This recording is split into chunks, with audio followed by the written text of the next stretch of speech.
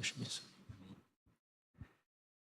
Meus irmãos, minhas irmãs, amigos e amigas presentes aqui, muito boa noite a cada um de vocês. Para mim é um privilégio enorme poder estar aqui neste púlpito desta igreja, onde tantos grandes servos do Senhor já tiveram o privilégio de pregar o Santo Evangelho, de expor as Sagradas Escrituras ao longo de uma história quase centenária, não é mesmo, da nossa Igreja Batista do Barro Preto, para milhares e milhares de pessoas que já tiveram também o privilégio de sentar em um desses bancos e ouvir a palavra da salvação. E também para mim é um prazer muito grande estar aqui hoje representando a nossa juventude, porque hoje, como já foi dito algumas vezes, dia 17 de agosto é o dia é o dia do jovem batista. E eu agradeço ao Senhor pela vida de cada um, não apenas dos nossos jovens, mas também de cada um dos nossos adolescentes aqui presentes. Agradeço também ao Senhor pela vida da nossa liderança da Juventude Amper, o pastor Estevão, a Larissa, que tem feito um trabalho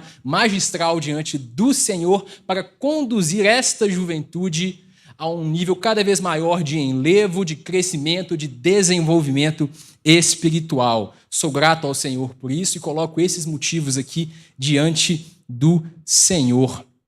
Meus queridos irmãos, sem mais delongas, gostaria de convidá-los a abrirem suas Bíblias no Evangelho de Marcos, no capítulo 1 de Marcos.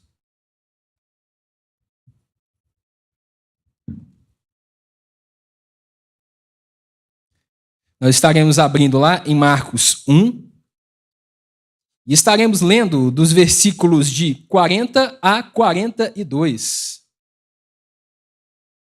Marcos 1, de 40 a 42.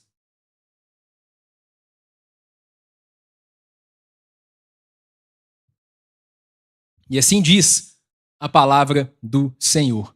Aproximou-se dele um leproso, rogando-lhe de joelhos: se quiseres, podes purificar-me. Jesus, profundamente compadecido, estendeu a mão, tocou-o e disse-lhe: quero, fica limpo. E no mesmo instante lhe desapareceu a lepra e ficou limpo. Que o Senhor esteja abençoando sua palavra e tocando em nossos corações para que nós possamos de fato entender o que Ele tem a dizer para nós por meio dela. Amém, meus irmãos? Que a graça e a paz do Senhor estejam com todos nós neste momento. Meus irmãos, essa passagem, esse excerto, essa pequena perícope bíblica que nós selecionamos aqui para a nossa meditação desta noite, pode parecer, aos olhos incautos, aos olhos de uma leitura superficial, que não tem muito a oferecer além daquilo que nos salta aos olhos. Isso pode parecer. Por quê? Nós lemos aqui que um leproso, um homem que portava uma doença de pele, se aproximou de Jesus e perguntou, aliás, e afirmou, disse a ele: se quiseres, pode curar-me, pode limpar-me. E Jesus respondeu: quero. E ele foi curado, ele foi purificado. E talvez alguém se pergunte, o que demais tem nessa passagem, além do que nós já podemos ver aqui, além do que nós já podemos ler aqui? Pois bem, meus irmãos, essa passagem guarda um tesouro escondido que não está apenas nela, mas que também está em outras passagens aqui dos evangelhos. E esse tesouro está relacionado diretamente, meus irmãos, com a compaixão de Jesus. Com a compaixão que Jesus demonstrou. Com a compaixão que Jesus demonstra. Vamos entender melhor isso? Vamos fazer uma pequena análise, uma pequena contextualização deste texto bíblico. Meus irmãos, essa passagem, a cura do leproso, ela também é narrada em Mateus, capítulo 8, versos de 1 a 4, e em Lucas 5, de 12 a 16. Ou seja, é um episódio que é narrado em todos os 3 evangelhos chamados de sinóticos. E essa passagem, meus irmãos, nós temos que entender em que momento ela se deu. Qual era o contexto daquela situação. Essa passagem, meus irmãos, se nós voltarmos um pouquinho lá em Marcos 1, 38, nós leremos que, um pouquinho antes dessa passagem, que Jesus, assim diz, Jesus, porém, lhes disse: vamos a outros lugares, às povoações vizinhas, a fim de que eu pregue ali também, pois para isso é que eu vim. Então foi por toda a Galileia, pregando nas sinagogas deles e expelindo os demônios. Então aqui está o nosso contexto geográfico aqui da nossa passagem. Ela se deu no contexto, esse acontecimento se deu no contexto do chamado Grande Ministério Galileu de Jesus. Alguns comentaristas bíblicos chamam assim, que é o ministério que Jesus exerceu ali na região da Galileia. A maior parte do ministério que Cristo exerceu terrenamente aqui na terra se deu ali na Galileia. Como nós sabemos, Jesus nasceu em Belém, mas ele foi radicado, ele se radicou lá na Galileia.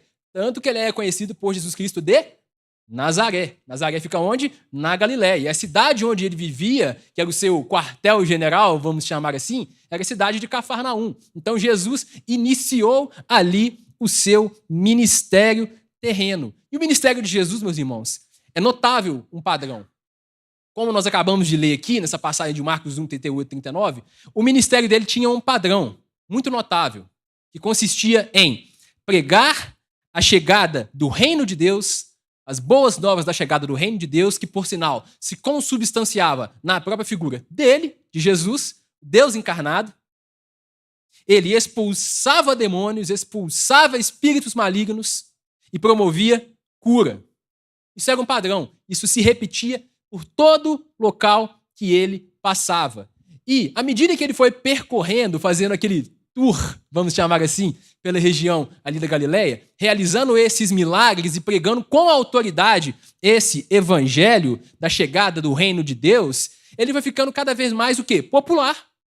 Cristo foi se popularizando, a figura de Jesus foi se tornando cada vez mais popular, não apenas ali na região da Galileia, mas também nas províncias romanas, nas regiões adjacentes ali à Galileia, como a própria Judéia, Samaria, Pérea e até mesmo na Síria. As pessoas afluíam, ouviam falar daquele homem que realizava milagres, que pregavam com autoridade, que expulsava demônios e pensavam, eu também tenho problemas, eu tenho um problema assim, assim, assado.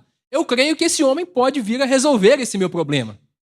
Então as pessoas afluíam das mais diversas regiões ali da chamada Terra Santa, ali para a Galileia, em busca da figura de Jesus, em busca da pessoa de Jesus. Meus irmãos, tentem imaginar o contexto, tentem imaginar a situação das pessoas que buscavam a Jesus. Quem eram essas pessoas? Por mais que nós podemos afirmar hoje que as pessoas que buscavam a Jesus tinham diversas intenções, algumas buscavam apenas a cura física, algumas tinham problemas emocionais ou mentais, alguns eram endemoniados e buscavam pessoas que levavam endemoniados e buscavam uma solução para esse problema. Assim como também havia alguns que vinham de coração aberto para receber a integralidade da mensagem de Jesus, que tinha um caráter mais espiritual do que material, mas independentemente disso, Jesus não se importava com isso, ele atendia a todas as pessoas, não fazia acepção de pessoas e ajudava a todos. Então essas pessoas, meus irmãos, eram pessoas que estavam em situações, no mínimo, calamitosas, periclitantes. Eram pessoas doentes, eram pessoas endemoniadas, eram pessoas com problemas sociais, econômicos e de outros tipos. Enfim, eram pessoas que, em sua grande maioria, nós podemos dizer que eram pessoas desesperadas. Pessoas desesperadas que não sabiam mais o que fazer e buscavam em Jesus Cristo, aquele homem que elas ouviam falar que performava milagres ali na Galileia, uma solução para os seus problemas. E é nessa situação, meus irmãos, que entra aqui o leproso, o homem que é o coprotagonista aqui da nossa história. Muito provavelmente, aliás, certamente, era mais uma dessas pessoas desesperadas que buscava em Jesus uma solução para os seus problemas. Meus irmãos, esse homem era leproso, como o texto diz. E a lepra, meus irmãos, era uma doença que constituía, naquela época, uma sentença de morte para a pessoa. Era uma sentença de morte. Era uma sentença de morte no sentido literal e figurado. Figurado por quê? Porque era uma sentença de morte social, aquela pessoa era expulsa, afastada do convívio em sociedade, ela podia viver apenas em conjunto, perto de outras pessoas que compartilhavam dessa condição dela. Era uma sentença de morte cultural e religiosa. Por quê? Porque as pessoas que tinham lepra e doenças de pele similares eram tidas, sob o contexto da religião judaica, como sendo cerimonialmente impuras, e não se enganem, outras religiões, outras tradições religiosas, até mesmo pagãs, também entendiam que pessoas que portavam esse tipo de mal, esse tipo de doença, também eram impuras e, portanto, tinham repulsa a essas pessoas. E, além disso, como se não bastasse, eu falei aqui que é uma sentença de morte literal, porque não havia cura para a lepra naquela época. A doença que hoje nós chamamos de hanseníase e doenças de pele similares, que hoje, com o avanço da ciência, com o desenvolvimento dos métodos tecnológicos científicos, foi possível encontrar uma solução para esse problema médica. Aquela época, meus irmãos, há 2000 anos atrás, não existia. Não havia cura para este problema. Então é nessa situação que se encontra este homem aqui, sentenciado à morte. Esse homem era um sentenciado à morte. E o que aconteceu aqui? Nós sabemos, nós acabamos de ler, que aquele homem buscou a Jesus, perguntou a ele se disse que se ele pudesse curá-lo, ele o faria, e Jesus disse: quero, esteja curado, e assim foi curado. Mas qual é o ponto profundo aqui desse nosso texto? O grande ponto para nós aqui, meus irmãos, está no versículo 41. Vamos voltar a ele? Versículo 41, lá de Marcos 1. O texto bíblico diz que Jesus, profundamente compadecido, estendeu a mão, tocou-o e disse-lhe: quero, fica limpo. Nosso foco aqui, meus irmãos, está nessa palavra aqui, que na tradução Almeida, revista e atualizada, a ARA, é profundamente compadecido. Se nós dermos uma lida em como a nova versão internacional, a NVI, traduz essa passagem, é dito que, cheio de paixão, Jesus estendeu a mão. Se nós formos lá, voltarmos ainda um pouco mais no tempo e formos na Almeida Corrigida Fiel, a ACF, é dito que Jesus, movido de compaixão, de grande compaixão, estendeu a mão e tocou-o. Meus irmãos, por que eu trouxe essas diferentes versões bíblicas aqui para nós hoje, desse versículo 41? Por um simples motivo, meus irmãos. Percebam como que essa situação do compadecimento de Jesus, como que esse sentimento que Jesus teve por aquele homem é narrado como sendo compaixão. Compaixão profunda, um compadecimento ou uma grande compaixão, a depender da versão que nós lemos aqui. E o único evangelista dos 3 sinóticos que acrescenta esse detalhe é Marcos. Por isso que nós selecionamos aqui Marcos hoje, porque ele deixa claro que Jesus, ao fazer aquele milagre, ao curar aquele homem, ele foi tocado, movido por grande compaixão. Meus irmãos, esse termo, movido por grande compaixão, compadecido, profundamente compadecido, no original grego, é uma palavra que é rara, não muito simples, um pouco complicada. E essa palavra aqui, eu vou abrir um parênteses, eu sei que existem pessoas aqui, irmãos desse auditório, que têm um domínio do grego muito maior do que eu, mas ainda assim vou me arriscar na pronúncia dessa palavra. A palavra é splagnissomai. Splagnissomai. O que significa splagnissomai? Splagnissomai, meus irmãos, é uma construção verbal, não é um verbo simples. É uma construção verbal que talvez se nós tentássemos traduzir em termos equivalentes do português, seria algo como uma locução verbal ou então um verbo composto, talvez seja o que mais se aproxima desse termo. E traduzido de maneira literal para a nossa língua, para o português, significa tocado em suas entranhas, movido em suas vísceras. Literalmente isso, os órgãos internos aqui do seu abdômen, tocado nas vísceras, movido nas entranhas. É literalmente isso que essa passagem significa. Então, quando é dito aqui que Jesus estava cheio de compaixão, que ele foi movido por compaixão, que ele estava profundamente compadecido por aquele homem, podemos ler que ele foi movido nas entranhas, no íntimo do seu ser, ao ver aquele homem. Splagnitsomai. Sabe o que isso indica, meus irmãos? Naquela época, era senso comum, era conhecimento geral, era um senso comum muito difundido que o centro, o núcleo, a casa das emoções humanas, era qual parte do corpo? As vísceras, o abdômen. Entendia-se que as nossas emoções se originavam daqui. Tanto metaforicamente, mas também, em muitos casos, literalmente, naquela época, entendia-se que os nossos sentimentos se originavam daqui.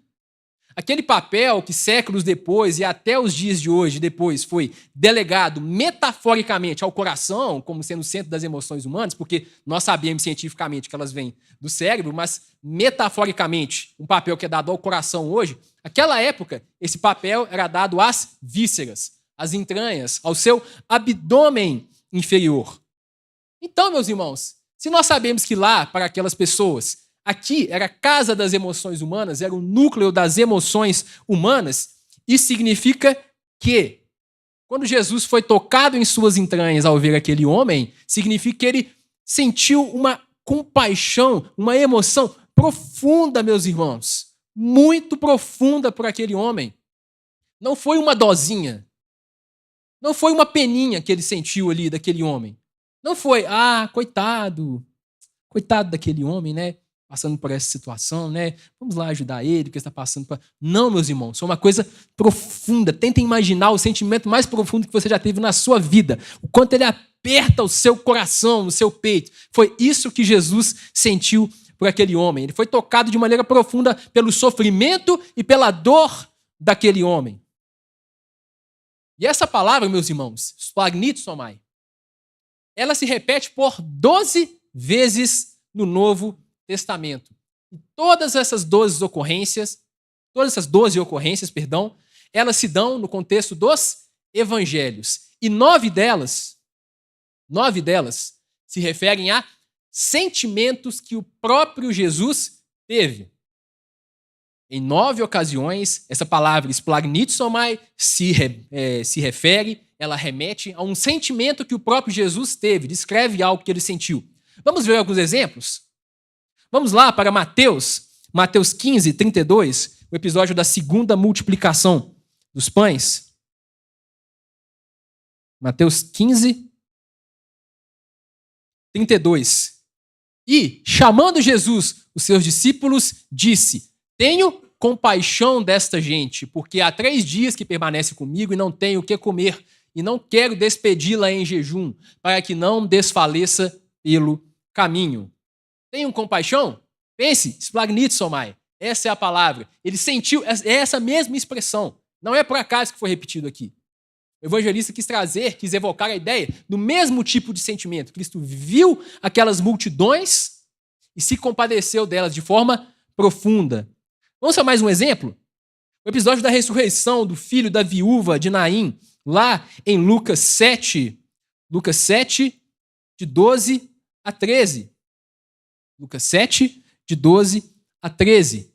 E assim diz a palavra do Senhor: como se aproximasse da porta da cidade, eis que saía o enterro do filho único de uma viúva. E grande multidão da cidade ia com ela. Vendo-a, o Senhor se compadeceu dela e lhe disse: não chores. Essa palavra, o Senhor se compadeceu.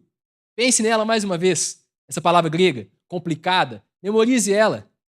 O último exemplo aqui, meus irmãos, lá no episódio da cura dos 2 cegos, em Mateus, capítulo 20, versículo de 31 a 34.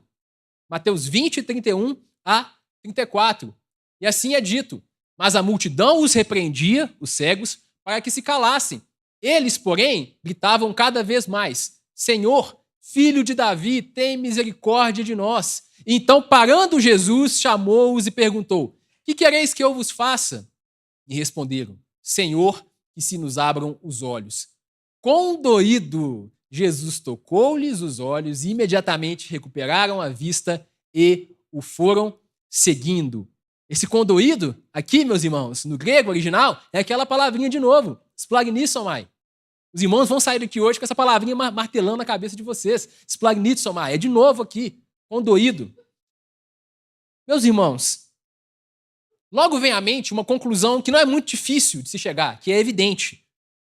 Jesus aqui, então, demonstrou por aquele homem, mas não só por ele, como nós acabamos de ler em 3 outras passagens, e se nós quiséssemos, tivéssemos tempo, poderíamos ler mais 6 aqui ainda, passagens em que Jesus teve exatamente, rigorosamente, o mesmo sentimento por pessoas, por seres humanos. Assim como teve por aquele leproso, e teve também por outras pessoas. Era um comportamento padrão de Jesus. Era um sentimento tão profundo que nós podemos afirmar que ele tomava sobre si as dores da pessoa. Ele sentia a dor da pessoa. Por isso que eu falo que não era apenas uma peninha, uma dosinha, mas era um sentimento tão profundo ao ponto de que Jesus Cristo sentia a dor daquelas pessoas dentro de si. Ele sentiu a dor daquele leproso, ele sentiu o sofrimento dele, ele sentiu a dor daquela viúva que perdeu o filho, ele sentiu a dor daquela multidão que estava sem se alimentar. Ele sentiu a dor daqueles 2 cegos. Ele sentiu a dor, mas não parou por aí. Ele sentiu a dor e, além de tudo que nós vimos aqui, ele sentiu essa compaixão, essa dor pelas pessoas e esse sentimento de compaixão o compeliu a fazer o quê? A agir. Em todas as passagens que nós lemos aqui, meus irmãos, o que há em comum? Uma pessoa ou pessoas necessitadas se achegam a Jesus, Jesus sente a dor daquelas pessoas, se compadece delas, movido nas entranhas, nas vísceras, e age em prol daquelas pessoas. Ele age, ele cura, ele performa milagres, ele age, ele comete, ele realiza ali o seu agir santo na vida daquelas pessoas. E essa dor, meus irmãos, que Cristo sentia, como nós vemos aqui também nessas passagens que nós lemos, era uma dor em todos os aspectos. Cristo não se limitava, Cristo não via o homem, o ser humano, as pessoas, ele não enxergava as pessoas em compartimentos. Sabe o que isso significa? Que ele sentia a dor física daquela pessoa, como sentiu a daquele leproso, ele sentia a dor emocional daquela pessoa, e, sobretudo, ele sentia a dor espiritual daquela pessoa. Ele sentia as dores das pessoas e agia em prol disso. Ele agia em prol dessas pessoas e, movido por essa compaixão, por esse sentimento, ele agia. Mas aí vem a pergunta, meus irmãos. Jesus fez isso por aquelas pessoas, certo? Naquela época, naquele contexto em que ele esteve aqui, corporeamente na terra. Ele parou por ali? Cristo parou por ali? Isso parou naquela época? Meus irmãos, tem um comentarista bíblico, William Hendrickson, que eu vou citá-lo neste momento, que ele comenta justamente esta passagem de Marcos 1, 40 e 42. Ele diz o seguinte, abre aspas, o poder de curar não se originava em seus dedos ou vestimentas. Ele vinha direto do humano e divino Jesus, da sua poderosa vontade e do seu coração compassivo. Havia um poder curador naquele toque, porque ele, então, e ainda hoje se compadece de nossas fraquezas. E quando ele diz aqui, meus irmãos, se compadece de nossas fraquezas, está entre aspas. Sabe por quê? Ele está citando a Bíblia. Hebreus 4,15, vamos ler. Hebreus 4,15. Em que é dito o seguinte, meus irmãos, porque não temos um sumo sacerdote que não possa compadecer-se das nossas fraquezas. Antes ele foi tentado em todas as coisas, a nossa semelhança, mas sem pecado. O nosso sumo sacerdote, que é Cristo Jesus, se compadece de nossas fraquezas. Assim como ele se compadeceu daquele homem leproso, assim como se compadeceu daquela multidão, daquela viúva, daqueles 2 cegos, se compadece de mim e de você hoje. É o mesmo sentimento. De novo, splagnitsomai, o mesmo sentimento de compaixão intensa, infinita que Jesus sentiu por aquelas pessoas, ele sente por nós. Meus irmãos, não é maravilhoso quando nós paramos para pensar que o próprio Deus encarnado, Criador e dono dos céus e da terra, porque sim, Jesus Cristo é Deus, basta ler João 1 para entender isso, Cristo é Deus. Não é maravilhoso que o próprio Deus encarnado, Criador dos céus e da terra, se compadeça e se importe com as nossas mazelas, os nossos problemas? Nós tão pequenos, Eu, tão pequeno, um nada, diante da graça e da glória de um Deus imortal, eterno, infinito, criador de todas as coisas. Eu sou pequeno, meus irmãos, até mesmo diante da criação dele. Vejam o tamanho do universo que o Senhor criou e o quão pequenos nós somos diante deles, diante desse universo. Não é maravilhoso que ele se importe com nós, essas pequenas formiguinhas diante do contexto geral da criação do Senhor? Ele se importa. Ele se importa. E se importa pessoalmente com cada um de vocês. Se importa comigo, se importa com cada um de vocês que me ouve aqui nessa noite, com seus problemas, com suas mazelas, não importam quais sejam. Jesus Cristo se importa, o Senhor Deus se importa.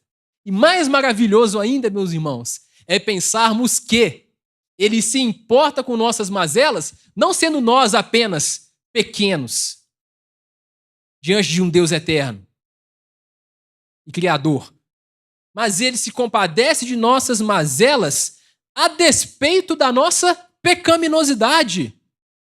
Ou seja, nós não somos apenas pequenos diante do Senhor. Nós somos pecadores, indignos deste favor. É o que diz lá, meus irmãos. O apóstolo Paulo diz lá em Efésios 2, 4 e 5.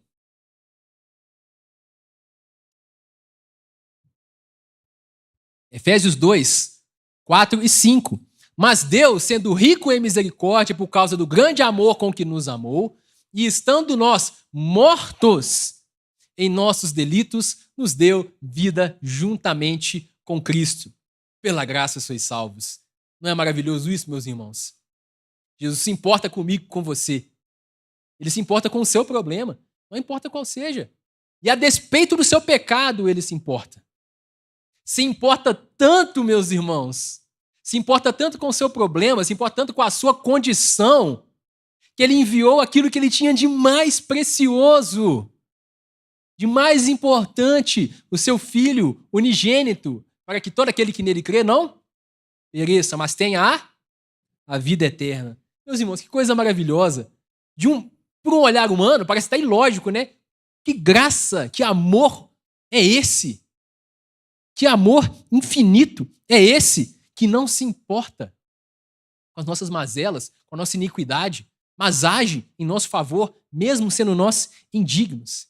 E aí, meus irmãos, vem a conclusão que é inevitável. Lembra daquele leproso? Da história de Marcos? Eu me vejo nele. Eu vejo cada um de vocês aqui naquele leproso. Aquele leproso nos representa metaforicamente muito bem, tanto coletivamente, como humanidade, quanto individualmente, pessoalmente, cada um de nós. Por quê? Nós, em situação espiritual absolutamente deplorável, mortos em nossos delitos, condenados por nossas iniquidades, fomos alcançados pela graça salvadora e restauradora de Deus por meio de Cristo. Aleluia, meus irmãos. Glória seja dada ao nome do Senhor Jesus Cristo, ao nome de Deus, que se compadeceu de nós, perdidos, condenados. Já estávamos condenados, nós não seríamos condenados. Aquele que não confessou Jesus como Senhor e Salvador de sua vida ainda, já está condenado, já foi condenado. O Senhor, Deus, por meio do seu Filho, nos libertou da condenação certa, líquida e certa. Que coisa maravilhosa, meus irmãos, esse amor inigualável, essa simpatia sem limites, essa compaixão infinita, incompreensível até para nós humanos, que se consubstanciou de forma definitiva e cabal ali na cruz do Calvário, onde Cristo tomou ali o que havia de pior em nós, a nossa dívida impagável, aquela dívida que nós não poderíamos pagar nunca, nosso pecado, a nossa iniquidade. Então percebam, meus irmãos, percebam. Jesus foi constante. O amor que o levou a curar aquele pobre leproso é o mesmo que o fez despir-se de sua glória e se entregar em sacrifício em nosso lugar. No meu lugar, no seu lugar. Isso inclui você, que porventura esteja me ouvindo aqui nesta noite e ainda não tem certeza de salvação, que ainda não teve um encontro pessoal com Jesus. Talvez você esteja pensando, Mas, Vitor, eu tenho tantos erros, tantas falhas na minha vida, tantos pecados, eu não sou digno nem sequer de estar na presença do Senhor. Essa parte do raciocínio está certa. Nós realmente não somos dignos de estar na presença dele. Só que a grande notícia, a boa notícia, é que o Senhor aceita você a despeito dessa mazela sua. Ele aceita você a despeito desse seu pecado. E não importa qual seja. Não importa o quão grandioso você pensa que esse pecado seja. Não importa o quão insolúvel que você acredite ser a sua condição espiritual para com Deus. Não importa. O Senhor Deus está de braços abertos e Ele quer te salvar. Ele quer te salvar nesta noite.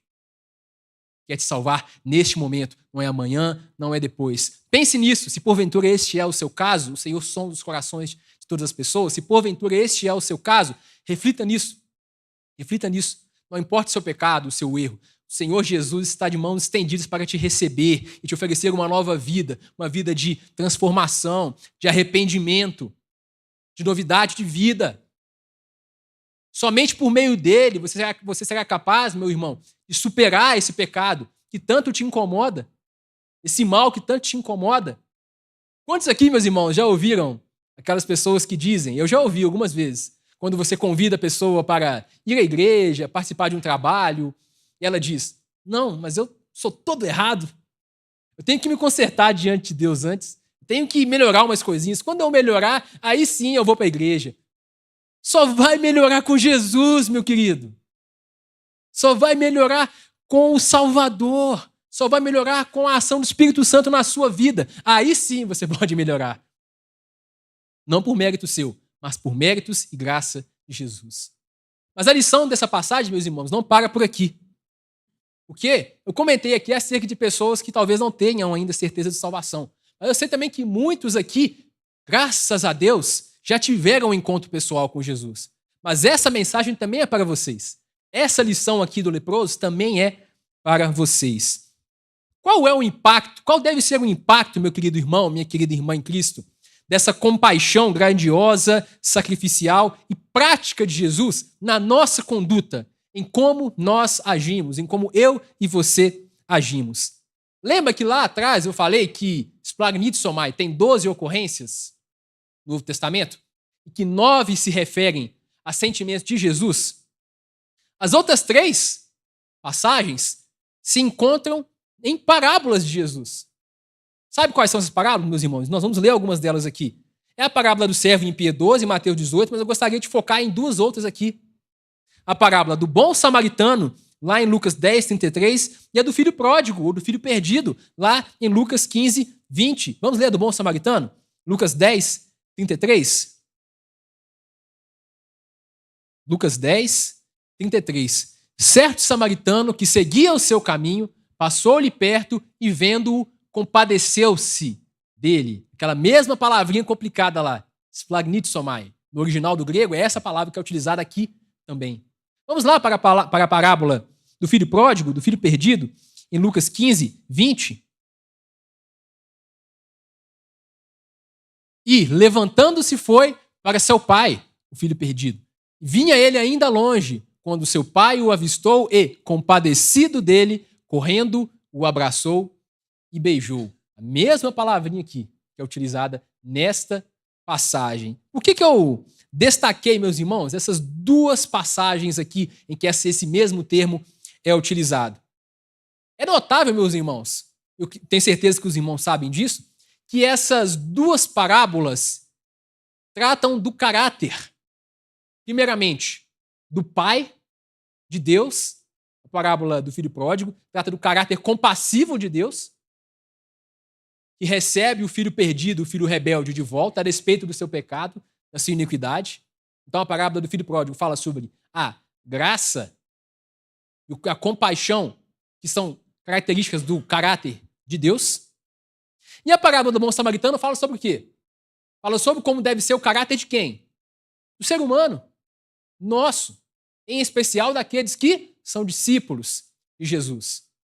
Não lhes parece, meus irmãos, interessante que Jesus tenha utilizado a mesma palavra, a mesma expressão grega no grego aqui, né? A mesma expressão para se referir a uma história que trata do caráter do Pai, do caráter de Deus, do caráter divino, e essa mesma palavra para como deve ser o caráter do ser humano, o caráter ideal do ser humano, como deve proceder o discípulo dele, não é coincidência, meus irmãos. Sabe o que isso significa? Isso significa que Cristo espera que nós espelhemos o mesmo sentimento de Deus, o mesmo sentimento do Pai. Cristo espera que nós espelhemos, que nós tenhamos o mesmo sentimento que o Pai teve em relação a nós como humanidade coletivamente, em relação àqueles que foram chamados para o dom da fé. E se isso não bastar para convencer o irmão, nós temos lá ainda 1 Coríntios 11, versículo 1. 1 Coríntios 11, capítulo 11, versículo 1. Muito conhecido. O que Paulo diz? Sede meus imitadores, como eu também sou de Cristo. Então, se não bastasse essa nossa comparação de expressões gregas aqui, para finalizar, arrematar nosso argumento, entenda, meu irmão, nós devemos ser imitadores de Cristo. Cristo não portava essa compaixão infinita, essa compaixão que apertava lá no âmago do ser dele. Se nós nos dizemos discípulos de Jesus, nós também devemos portar esta mesma compaixão. E que se ele agia movido por essa compaixão, nós que cremos nele, também devemos agir. Logo, meu irmão, a você que já foi alcançado pela graça salvadora de Jesus, saiba, existem muitas pessoas ao seu redor, ao meu redor, ao nosso redor, que estão sofrendo, estão padecendo de todo mal possível. De todo mal possível. Assim como quem? Como aquele leproso. Não é mesmo? Ao nosso redor existem pessoas que padecem, que sofrem, tal qual aquele leproso, tal qual as demais pessoas citadas aqui nas histórias que nós lemos aqui dos evangelhos. Então, inspirados, meus irmãos, e movidos pela compaixão que Cristo demonstrou por nós, sua igreja, outrora os leprosos da história, devemos agir com graça e misericórdia para com aqueles que mais precisam. Nós precisamos sentir a dor do outro, meus irmãos. Precisamos sentir a dor do outro. E essa dor, nós temos o dever de sentir e de atender, ela pode sim ser uma dor física. Pode ser uma dor econômica, financeira, de ordem social. Uma pessoa que passa necessidade. É dever nosso como igreja atender essas pessoas. A nossa igreja tem um ministério de ação social muito atuante e esse braço da igreja trabalha justamente em prol dessas pessoas que passam necessidades materiais. Também é dever da igreja. É dever da igreja como coletividade, mas também é dever da igreja, pensando em igreja, sendo como cada um de nós. Há pessoas sofrendo ao seu redor. Atente-se a elas. Ajude-as como puder. Tenha a compaixão que Cristo teve. Mas além dessa dor material, dessa necessidade material, nós também devemos nos atentar à carência emocional e, sobretudo, espiritual das pessoas. É a dor na alma. A dor na alma das pessoas. Meus irmãos, quantos padecem dessa dor na alma?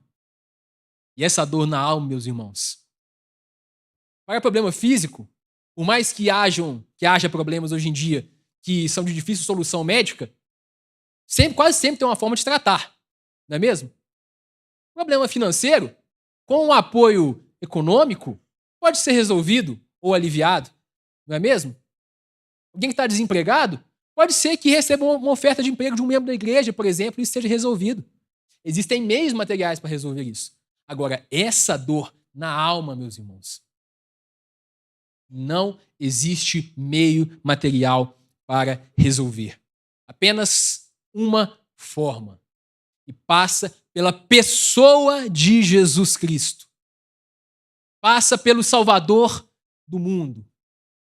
passa pelo bálsamo que só o Espírito Santo de Deus é capaz de conceder às pessoas.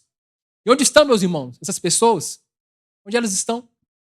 Estão nas ruas, estão no seu local de trabalho, na sua faculdade, na sua escola e até mesmo dentro da sua casa, da sua família e dentro também da igreja, meus irmãos.